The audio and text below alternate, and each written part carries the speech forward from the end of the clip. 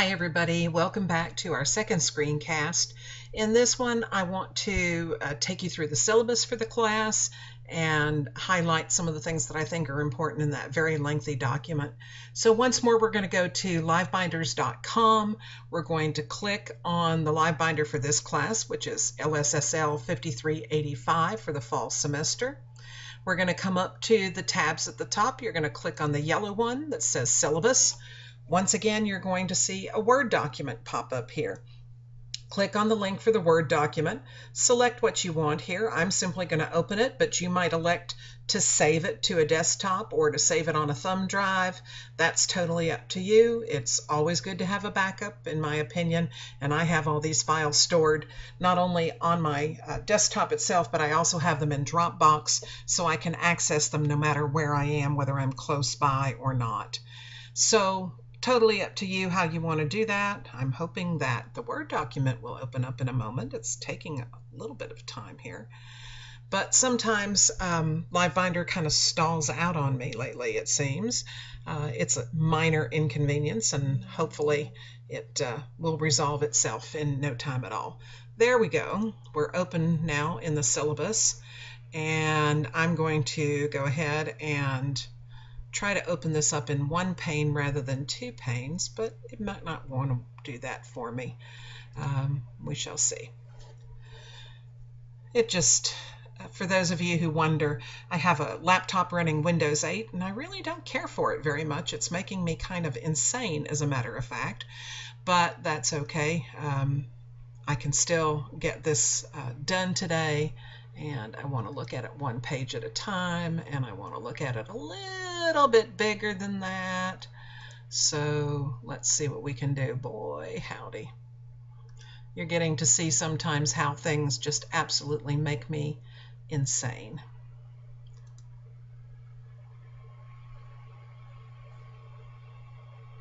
Okay, here we are at the syllabus, and I want to go through some of these things rather quickly. There are only a couple of things that I want to highlight in the syllabus. You can certainly go through the rest of it at your leisure. Some of the information here I think is particularly important to you.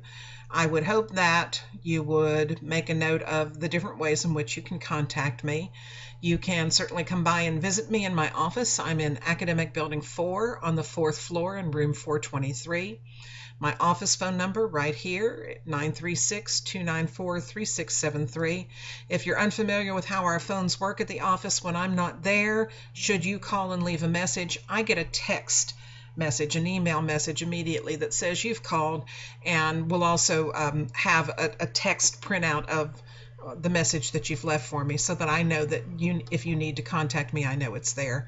I've included the office fax here and 2 email addresses that you can use to reach me. They're both my Sam Houston address. I think Dr. L at shsu.edu is a little bit easier to input than the LIS_TSL at SHSU, but it's up to you. Both of them feed into the same account. My office hours this semester will be Tuesdays between 8 and 4, and you can certainly arrange other times to come and visit me in my office. I'm certainly amenable to making different appointments so that you can come and meet with me on campus, but we can also do an awful lot between email and phones. I'm not going to particularly want to read to you the things about course description. What I want to get to here are the books that are required for class. The textbook is one that I've written. It's called Making the Match, the right book for the right reader at the right time. It actually has in it the basics that I used to use when we met face-to-face, and I would give lectures in class and we would do activities, so it's there. The book can be purchased new from the university bookstore or from the publisher. It can be purchased used from Amazon or any other online bookseller. It's available in Kindle edition as well, so you can download it to your e-reader. You can also email at LibSci to see if former students wish to sell their copies. You should be able to share both the textbook and trade books as well, depending on whether or not you live close enough to kind of hand off books to one another. The book is not terrifically expensive, so I hope it's not too much of a burden. Of course, I think it's a wonderful book because I wrote it, but that's okay. Just going to need it for this class. In addition to the textbook, we are all going to read 30 young adult novels in common. I'm going to run through this list right now. I want to talk a little bit about why these books are here. In general, I can tell you that they're here because they represent the range of young adult literature, from tween readers, the 10 and 11-year-olds that sometimes start reading young adult early, all the way up to the 18 and 19-year-olds who are college bound or and sometimes already at college. They represent a range of different types of books. We have graphic novels, we have realistic fiction, we have fantasy, we've got biography and autobiography and nonfiction. So we've got really, I think, a pretty good range of books, and that's what I'm always looking for when I put these lists together. Some of these books have appeared on lists in the past. Some of them are brand new, and you can see by looking at the dates of publication that they range from the earliest of young adult literature in the 1970s all the way up to more contemporary books. 2011, I think, is the most recent copyright date on this particular list. As you're looking at this list, keep in mind that this is a bibliography in APA format. And in a couple of instances, you're going to be asked to use APA format, not just for this course, but for the other courses you take in library science. So here's a good example of what one looks like when you're done with it. And you can kind of refer to this as you need to. I'm going to go down the list in alphabetical by author order, simply because that's the way it's here. Say a few words about each one and kind of book talk you through it. This is what I would do if we were in class together on the first day. I would hold up the books and I would talk about each and every one of them to give you kind of a personal introduction to the book. This is going to be a little bit faster than we would normally go, but nonetheless, I think it's going to work just fine. So, let's start here with the Absolutely True Diary of a Part. Okay, so here we are at the syllabus. I'm not going to go through every page that's in here, but I want to highlight some things that I think are important. And I'll start right here on the very first page by showing you, oops, sorry about that, the contact information for reaching me right here. That's my office number. I'm in Academic Building 4, room 423 on campus. This is my office phone. If I'm not in and you call me, I get an email with basically the text of your message, and it comes to me immediately after you hang up. So if you call and I'm not around, I will get that message, and I will try to get back to you just as quickly as I can. Usually the same day. Sometimes if I'm on a plane or I'm in transit, it might take me a little bit longer. Here are the email addresses that work the best for me. They're both Sam Houston email addresses, and you can use either one. They both feed into the same email account for me. Dr. L at shsu.edu, I think, is a fairly easy one. And then lis_tsl at shsu.edu. I do have other email accounts, but these are the two that really I tend to lean on in terms of dealing with students. My office hours are going to be Tuesdays this semester from 8 to 4. If you need a different date, a different time, you can call me and we can make those arrangements if you need a face-to-face meeting. But generally, I'll be up there on Tuesday, so if you want to call on those days, more likely than not, you're going to reach me. And that's always kind of nice rather than listening to the answering machine. I'm going to skip through the course description and come down to the books for the class. You have one textbook for the course. It's Making the Match, the right book for the right reader at the right time. It's written by me, and basically the contents of this book are the basic lecture materials and presentations that I would do during our face-to-face meetings. So it's kind of like having me with you talking about books and kids and how to match those two up, but you're going to have to do it in book form. It's available new through the University Bookstore or from the publisher, Stenhouse. It's available used through Amazon or other online booksellers, but be aware that when you order a book, from Amazon or from booksellers or even the campus bookstore, that you need to allow anywhere from 2 to 4 weeks for that book to arrive. So you need to kind of take care of getting that textbook as soon as you can. I'm happy to say that the book is available in Kindle edition from Amazon, and that means it's immediate downloadable. And I kind of like that. I actually, in addition to having a hard copy, I have mine in Kindle edition too.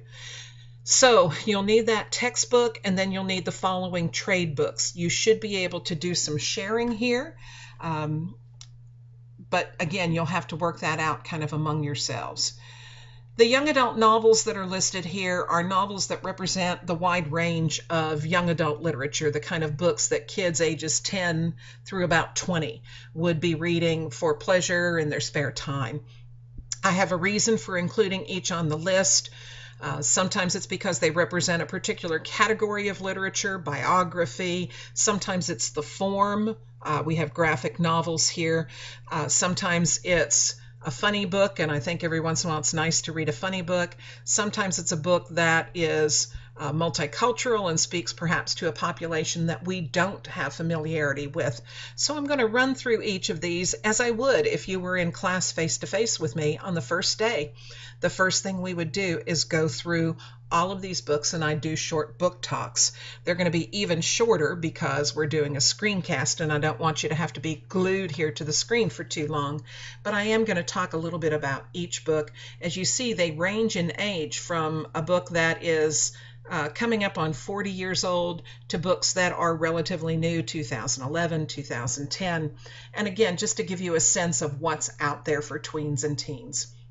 So we start alphabetically by author because it's just a little simpler here with Sherman Alexie's The Absolutely True Diary of a Part-Time Indian. This was a National Book Award winner for young people's literature in 2008. That is an incredible honor. Only one book is selected, and it is an incredibly funny but true story about a young boy named Junior who is the only Native American who is going to school on a reservation and decides to leave the reservation for a better education.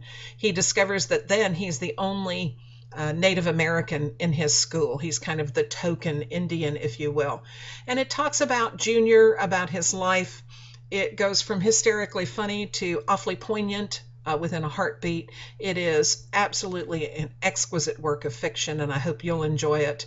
The audiobook for this is read by Sherman Alexie, and if you can find audiobooks or ebooks of any of these, you should feel free to substitute those for the more traditional print novel. Speak by Laurie Haltz Anderson is, I hope, a book that you're well aware of already, but if you're not, it certainly bears reading and rereading. It is a Prince Honor book from several years ago, and it's about a young girl who, right before she enters into high school, is raped at a party and does not have the words to tell anybody what has happened to her. She literally cannot speak. And when she returns to school, she's looked at because she was the one that called the police at the party. The police came and broke it up. Nobody knew what had happened to Melinda, but they just thought that she called the police to rat them out. So she starts the school year with nobody speaking to her either. And while that probably doesn't sound like the premise for a book that is funny, Laurie Haltz Anderson knows how to insinuate humor into the most devastating of circumstances, and you certainly see that in Speak. Anne Angel's Janis Joplin Rise Up Singing is a biography of the singer Janis Joplin. We're here in Texas. Janis Joplin grew up, spent her childhood in Texas, and I just think it's a wonderful homage to her incredible talent, and it is a thoroughly researched biography that looks very much as if it comes right out of the 1960s, which certainly Janis Joplin did. Tom Angelberger's The Strange Case of Origami Yoda was our Bluebonnet Award winner from a couple of years ago, and that should indicate to you that this is more of a tween book than it is a young adult book. But it is a wonderful book that also has a little bit of influence of metafiction in it. It's warm, it's funny, but it deals with really serious things as well, and there are several sequels, and you're free to read those if you would prefer, but I really do think going back to the original, to the Origami Yoda, is a good thing to do. Co Booth's first novel, Tyrell, really reflected her career as a social worker working with juveniles who were in really desperate kind of straits, and Tyrell, our main character, is certainly one of those.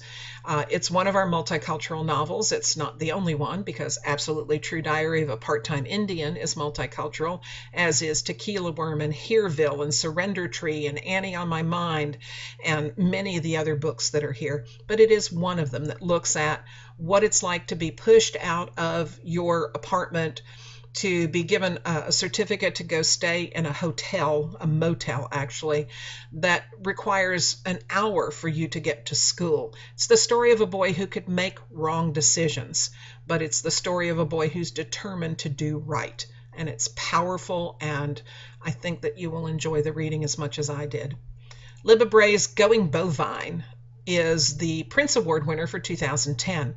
I served on that committee. I'm totally happy with this choice, obviously. Going Bovine is a modern-day Don Quixote story, but it's told in contemporary times with contemporary kids.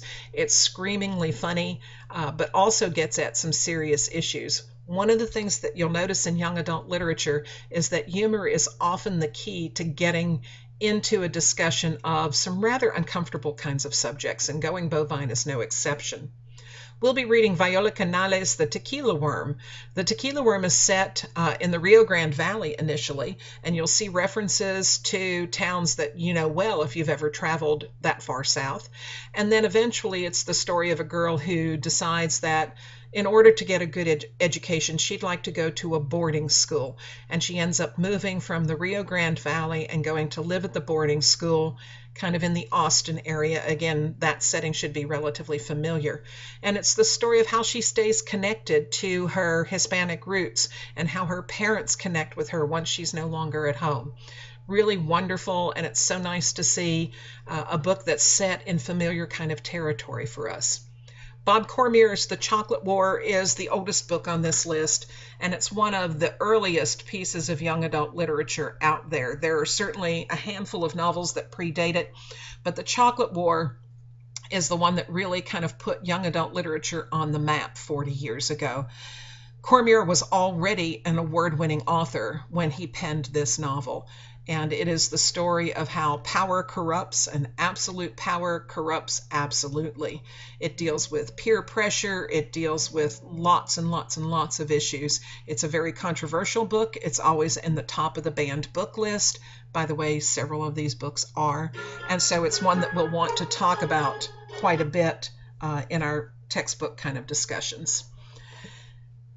Chris Crutcher's Athletic Shorts. I could basically say any Chris Crutcher novel would do, but this is a collection of short stories about different sports, wrestling, football, and each of the stories contains a character that is developed in one of Crutcher's novels. Sometimes the stories are set before the actual setting of the novel, sometimes they take place after the novel has ended, and it's a great introduction, I think, to the work of one of the Margaret Edwards Award winners for lifetime contributions to young adult literature. Barry Deutsch's Hereville is a relatively new graphic novel, and it's the story of a young Jewess who decides that she wants to get a sword and go out and begin slaying dragons. It's a very unusual main character. Certainly you don't encounter very many folks like Mirka in graphic novels, and I think it's a really interesting way of looking at multicultural from a religious perspective in this case. Engel's The Surrender Tree is a novel in verse. It's set in Cuba, and it's about Cuba during its various occupations. Nancy Gordon's Annie on My Mind has been all the way to the state Supreme Court in Kansas and ruled that it had to go back on the shelf. It is one of the first books ever to deal with LGBTQ issues. Adam Gidwitz's A Tale Dark and Grim is one of probably the newer books on the list, and it is a riff on Hansel and Gretel and other grim fairy tales that takes you on an incredible adventure where you'll meet lots and lots and lots of different characters that will be vaguely familiar. So take a look at it. I think you'll enjoy reading it. It's also available in audiobook, and it's a really stunning audiobook. Looking for Alaska by John Green.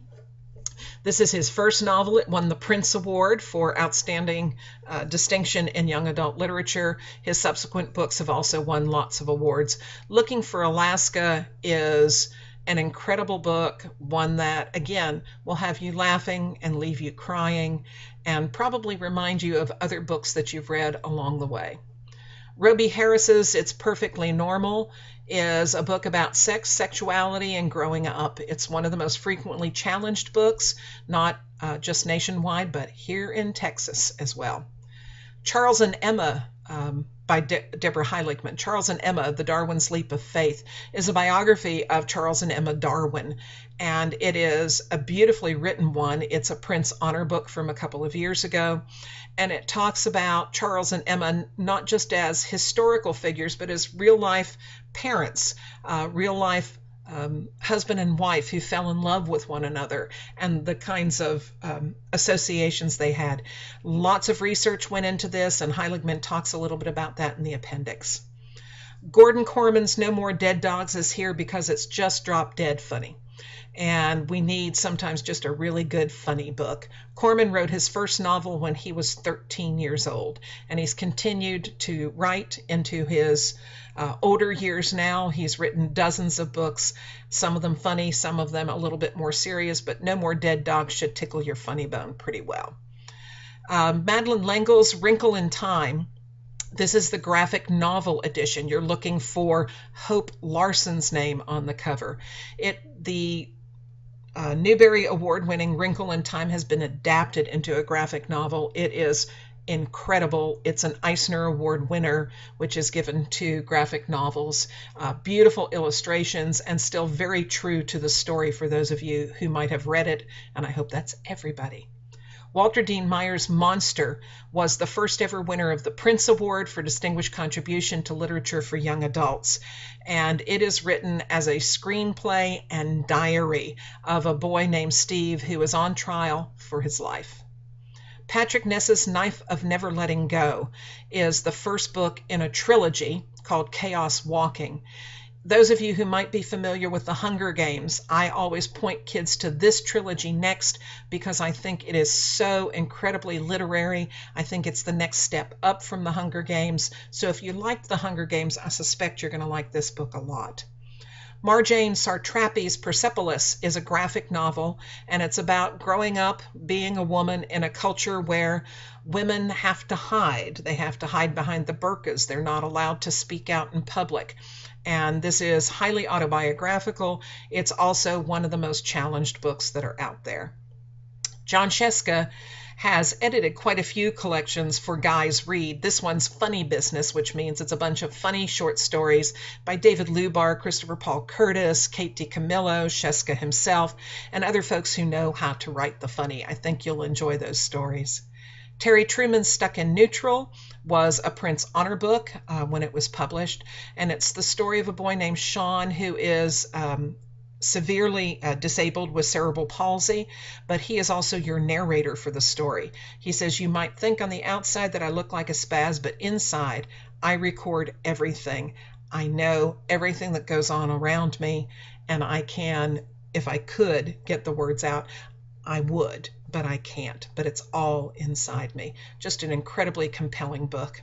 Scott Westerfeld's Leviathan is an example of what we call steampunk. Steampunk's been around for quite a while, at least in the adult world, and it's finally making its way much more into the young adult world. You may know Westerfeld more for his Pretties and Uglies series, but I hope that you'll enjoy Leviathan as much as I did. And finally, you're looking for Young Bin's graphic novel version of Twilight. Almost everybody has read Twilight or seen the movie, and here's the graphic novel version of it. So those are the books that everybody's reading in common. The order in which these books are to be read and the assignments that you will do for them, I will go over as we come back in a future screencast and talk about the assignments for the course. For now, I just want to flip you through. You see there's a lot of stuff in here, but I want to flip you through to the assignments for the course. And we'll just keep going. And there we are. Basically, the assignments for the course include textbook discussions. There are 5 of them worth 20 points each for a total of 100, and I will be going over those assignments with you in a future screencast. Your reading autobiography, which is worth 50 points, and again, a future screencast will talk about that. You're going to do an annotated bibliography that's worth 50 points, and I will give you more details about that. Your social networking activity, which is worth 100 points and has 2 separate pieces to it. And the culminating activity is your youth literature essay worth 100 points. As you go through these assignments, you'll see that there's a total of 400 points available for the course. In order to get an A, you get 90% of the 400 points. To get a B, you get 80% or better of the 400 points. A C, 70% or better. Anything below 280 is a failing grade for the course. So you've got 40 points to play with, if you will, before you have to worry about dropping a letter grade. The rest of the syllabus has to do with expectations, with policies, with things that we'll get to eventually, but you can certainly read those for yourselves. I just wanted to kind of give you some insight into what to look at in the syllabus, what's important in the syllabus, and a future screencast will talk lots more about the different assignments. I hope that this helps you. I hope it helps you get on your way and be successful in class. Talk to you soon.